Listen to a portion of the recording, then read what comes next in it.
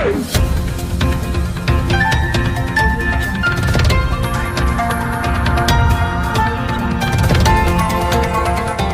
देख रहे हैं मगरा न्यूज राजस्थान, खबरें सबसे तेज। केंद्र सरकार ने जारी की नई गाइडलाइंस। 1 फरवरी से खुलेंगे सिनेमा हॉल और स्विमिंग पूल। केंद्रीय गृह मंत्रालय ने बुधवार को कोविड-19 संबंधी नए दिशा निर्देश के तहत सिनेमा हॉल और थिएटरों को ज्यादा क्षमता के साथ संचालन जारी रखने की अनुमति दे दी है। वहीं स्विमिंग पूलों को भी सबके लिए खोलने की मंजूरी यहाँ पर दे दी है। ये नए दिशा निर्देश 1 फरवरी से लागू होंगे। इसके मुताबिक राज्य के भीतर या फिर एक राज्य से दूसरे राज्यों में आवागमन पर किसी तरह की कोई पाबंदी नहीं होगी। इसके लिए किसी तरह की अनुमति किसी से भी यहाँ पर अनुमति लेने की जरूरत नहीं होगी। वहीं यहाँ पर कंटेनमेंट क्षेत्रों से बाहर कुछ को छोड़कर सभी गतिविधियों की अनुमति यहाँ पर दी जाएगी। मानक संचालन प्रक्रिया SOP को भी यहाँ पर पालन लोगों को करना होगा। वहीं सामाजिक और धार्मिक और खेल मनोरंजन और शैक्षणिक और सांस्कृतिक और धार्मिक जमावड़े को हॉल में अधिकतम 50% क्षमता के साथ खोलने की पहले से अनुमति दी जा चुकी है। वही बंद जगहों पर 200 लोगों तक की अनुमति होगी। वही दिशा निर्देशों में साफ कहा गया है कि संबंधित राज्यों और केंद्र शासित प्रदेशों की SOP के हिसाब से इसी तरह के जमावड़े की अनुमति दी जाएगी। वही सिनेमा हॉल और थिएटर की अधिकतम 50% क्षमता के साथ से खोलने की अनुमति सरकार की ओर से दी गई है। अब वे ज्यादा क्षमता के साथ काम कर सकेंगे। इसके लिए सूचना एवं प्रसारण मंत्रालय और गृह मंत्रालय के साथ परामर्श कर यहाँ पर संशोधित SOP जारी करेगा। वही खिलाड़ियों के लिए स्विमिंग पूल को पहले से ही अनुमति दी गई थी, लेकिन अब सभी के लिए यहाँ पर इसे खोलने की अनुमति दी गई है। युवा और खेल मामलों के मंत्रालय और केंद्रीय गृह मंत्रालय के साथ परामर्श कर इसके लिए संशोधित मानक संचालन प्रक्रिया यहाँ पर जारी करेगा। आईफोन पसंद करने वाले लोगों के लिए खुशखबरी। भारत के लिए एप्पल ने किया है खास ऐलान। आईफोन निर्माता कंपनी एप्पल ने कहा है कि वो भारत में अपने रिटेल स्टोर खोलने की योजना बना रही है। करीब पिछले 1 दशक से एप्पल थर्ड पार्टी के जरिए भारतीय बाजारों में अपने प्रोडक्ट बेचती है, लेकिन अब कंपनी इसे बदलने की तैयारी में है। एनालिटिक्स का कहना है कि एप्पल के ऑनलाइन स्टोर के लॉन्च होने के बाद कंपनी का मार्केट शेयर दिसंबर 2019 से लेकर दिसंबर 2020 के बीच 2% तक बढ़ा है। वही ऑनलाइन स्टोर पर एप्पल अपने ग्राहकों को फाइनेंस से लेकर अपग्रेडिंग तक के ऑफर यहाँ पर देती है। वही बुधवार को एप्पल के नतीजे जारी करने के बाद कंपनी के CEO टिम कुक ने कहा है कि हम वहां भविष्य में रिटेल स्टोर भी खोलने जा रहे हैं। यह हमारी तरफ से एक बड़ी पहल होगी। यह हम अपने चैनल को यहाँ पर और विकसित करेंगे। वही पिछले 1 दशक में ये प्रीमियम स्मार्टफोन निर्माता कंपनी भारत में अपने हेडसेट बेचने के लिए दूसरों पर निर्भर रहती है। एप्पल को भारत में अपना यूजर बेस बनाने में भी काफी समय तक यहाँ पर संघर्ष करना पड़ा है। यहाँ सैमसंग, Xiaomi और ओप्पो, वीवो जैसी किफायती स्मार्टफोन ही सबसे ज्यादा यहाँ पर भारत में खरीदे जाते हैं। राशन कार्ड धारकों के लिए खुशखबरी। मार्च से राशन कार्ड धारकों को घर पर ही मिलेगा राशन, नहीं लगना पड़ेगा लाइन में। दिल्ली के राशन कार्ड धारकों के लिए खुशखबरी है। दिल्ली के राशन कार्ड धारकों को मार्च महीने से राशन के लिए कहीं जाने की जरूरत नहीं है। मुख्यमंत्री अरविंद केजरीवाल ने दिल्ली वालों के लिए डोर स्टेप डिलीवरी सर्विस शुरू करने का फैसला किया है। इस घोषणा के बाद अब ग्राहकों को राशन की दुकानों पर लाइन लगाने की जरूरत नहीं पड़ेगी। राशन कार्ड धारकों को समय पर उनके घर पर ही राशन डिलीवर कर दिया जाएगा। वहीं केजरीवाल सरकार ने गणतंत्र दिवस पर 3 बड़ी घोषणाएं की। इसके अनुसार दिल्ली में मार्च से राशन की डिलीवरी यहाँ पर डोर स्टेप डिलीवरी शुरू होगी। वहीं साल के अंत तक लोगों को हेल्थ कार्ड भी मिलने लगेंगे। वहीं झुग्गी वालों के लिए जल्द ही फ्लैट मिलने लगेंगे, ऐसा अरविंद केजरीवाल ने कहा है और कहा है कि यमुना भी साफ होगी। वहीं मुख्यमंत्री अरविंद केजरीवाल ने कहा है कि हमारा एक सपना था कि गरीब लोगों को उनके घर पर राशन मिले। ये सपना हमारा मार्च से पूरा होने जा रहा है। वहीं मुख्यमंत्री अरविंद केजरीवाल ने कहा है कि हम यहाँ पर अरविंद केजरीवाल ने कहा है कि कई बार ऐसा होता है कि राशन की दुकान टाइम पे नहीं खुलती है। कभी कभी राशन की दुकान चलाने वाला बदतमीजी भी करता है, तो कभी कभी लोगों को पूरा राशन नहीं मिलता है। सुविधा से कार्ड धारकों को 25 किलो गेहूं और 10 किलो चावल मिलना है। वो साफ सुथरी पैकिंग के साथ उनके घर पर डिलीवर किया जाएगा।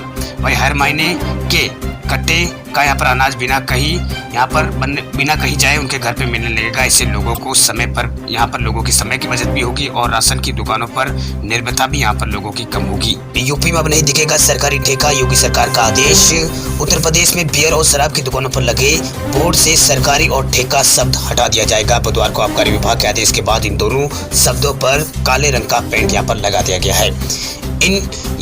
अब इन दुकानों पर साइन बोर्ड पर केवल देसी शराब की दुकान लिखा जा सकता है या फिर अंग्रेजी शराब की दुकान या फिर बियर शॉप इस पे लिखा जाएगा।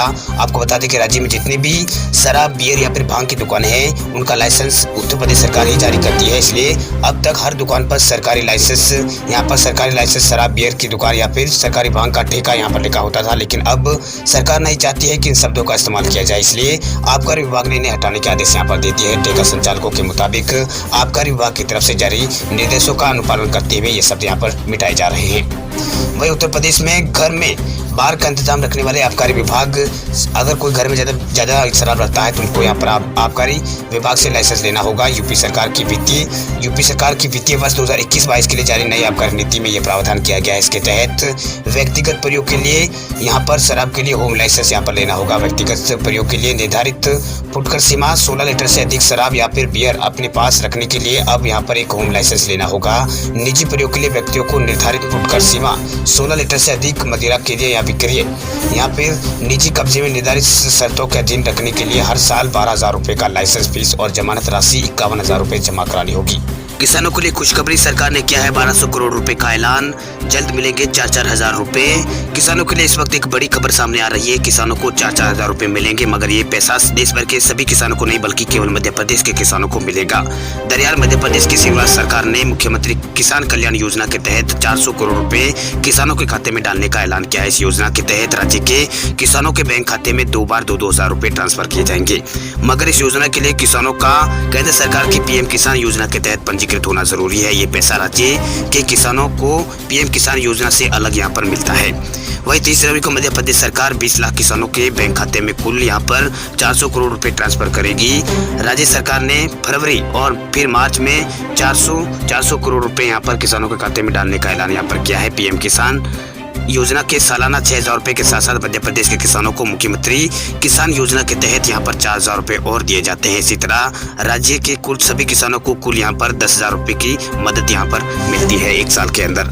आपकी जानकारी के लिए आपको बता दें कि मुख्यमंत्री किसान कल्याण योजना का असली मकसद किसानों की इनकम को बढ़ोतरी करना है, इनकी इनकम को दुगना करना है। इस योजना के जरिए सरकार किसानों की आर्थिक सहायता करती है, इससे किसान अपनी इनकम बढ़ा सकते हैं। ये पैसा कर्ज में पड़े किसानों के लिए काफी मदद करेगा, साथ ही वे इन पैसों से खेती के सामान भी खरीद सकते हैं। असल में ये योजना पीएम किसान सम्मान निधि योजना के साथ लिंक की गई है। सोना खरीदने वाले ग्राहकों के लिए खुशखबरी, सोना खरीदने का है सही मौका। कीमत में आई है बम्पर गिरावट, 7,500 रुपए तक गिर चुके हैं दाम। अगर आप सोना खरीदने का मन बना रहे तो ये आपके लिए अच्छा मौका है। सोने की कीमत में गिरावट का दौर जारी है। सोना लगातार 5वें दिन फिर से यहाँ पर गिरकर कीमतों में यहाँ पर भारी गिरावट आई है। ये 49,000 रुपए प्रति 10 ग्राम के नीचे पहुंच गई है।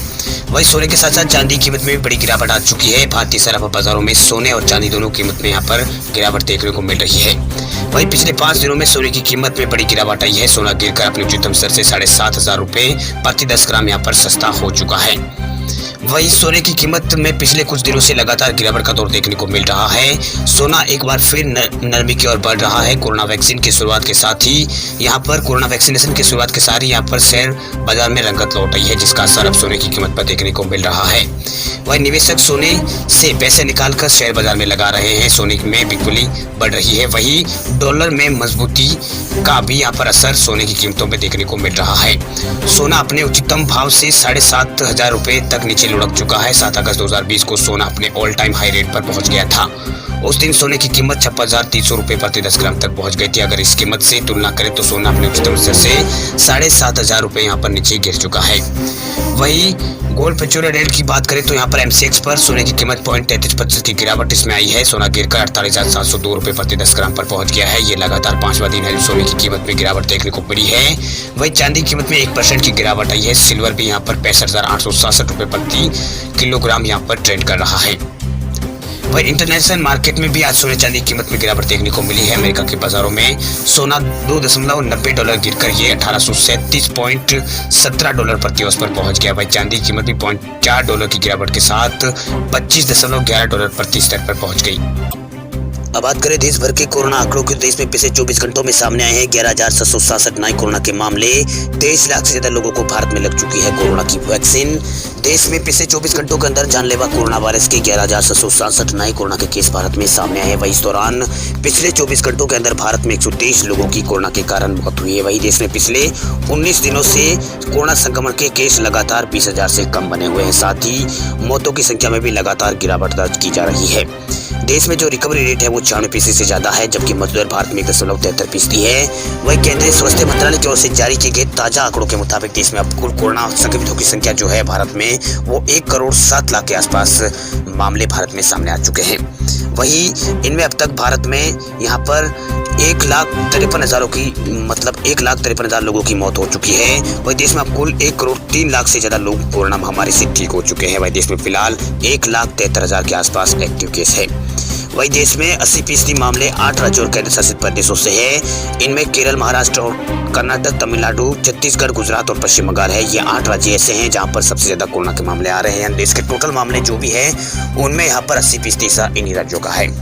वही केंद्रीय यहाँ पर भारतीय चिकित्सा अनुसंधान परिषद यानी आयुष्मान ने बताया कि भारत में कल तक यहाँ पर कोरोना वायरस के कुल 19,43,00,000 से ज्यादा कोरोना के सैंपल टेस्ट किए जा चुके हैं, जिनमें 7.5 लाख के आसपास कोरोना के टेस्ट कल किए गए थे। वही केंद्रीय स्वास्थ्य मंत्रालय का कहना है कि देश भर में अब तक 23 लाख से अधिक लोगों का कोरोना का टीका इन लोगों को लगाया जा चुका है। ये स्वास्थ्य कर्मी है, इन सभी को यहाँ पर कोविड-19 का टीका लगा दिया गया है।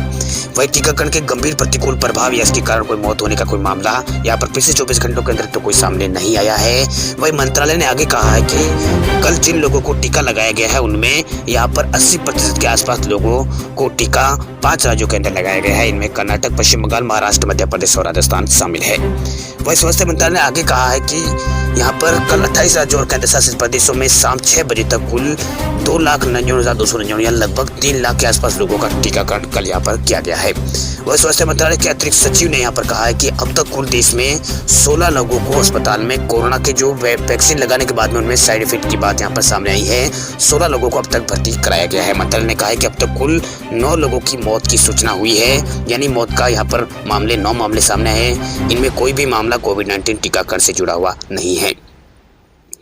वहीं देश के अलग अलग राज्यों में कोरोना के मामलों में अब गिरावट देखने को मिली है। राजस्थान और दिल्ली जैसे राज्यों में कोरोना के मामले अब लगभग ना के बराबर आ रहे हैं। मतलब बहुत कम मामले आ रहे हैं, पहले बहुत ज्यादा आ रहे थे, लेकिन इस वक्त अब देश में कोरोना के मामले यहाँ पर कम हो रहे हैं। वहीं राजस्थान की बात करें तो पिछले 24 घंटों में राजस्थान के अंदर 134 नए कोरोना के मामले सामने आए हैं। राजस्थान में जो एक्टिव केस बताए जा रहे हैं वो 2,764 है। वहीं राजस्थान में कोरोना वायरस संक्रमण के कारण पिछले 24 घंटों में एक व्यक्ति की मौत हुई है। राजस्थान में पिछले 24 घंटों में 134 नए मामले सामने आए हैं, जिससे राज्य में संक्रमितों की कुल संख्या बढ़कर 3,17,104 हो गई है। खबरों की दुनिया में आइए हमारे साथ कहीं भी और कभी भी जुड़िए। हम मिलेंगे फेसबुक पर, हम दिखेंगे यूट्यूब पर, हमें फॉलो कीजिए ट्विटर पर। देश प्रदेश की ताजा तरीन खबरों के लिए मगरा न्यूज राजस्थान के यूट्यूब चैनल को सब्सक्राइब कीजिए और साथ में घंटी का निशान दबाइए।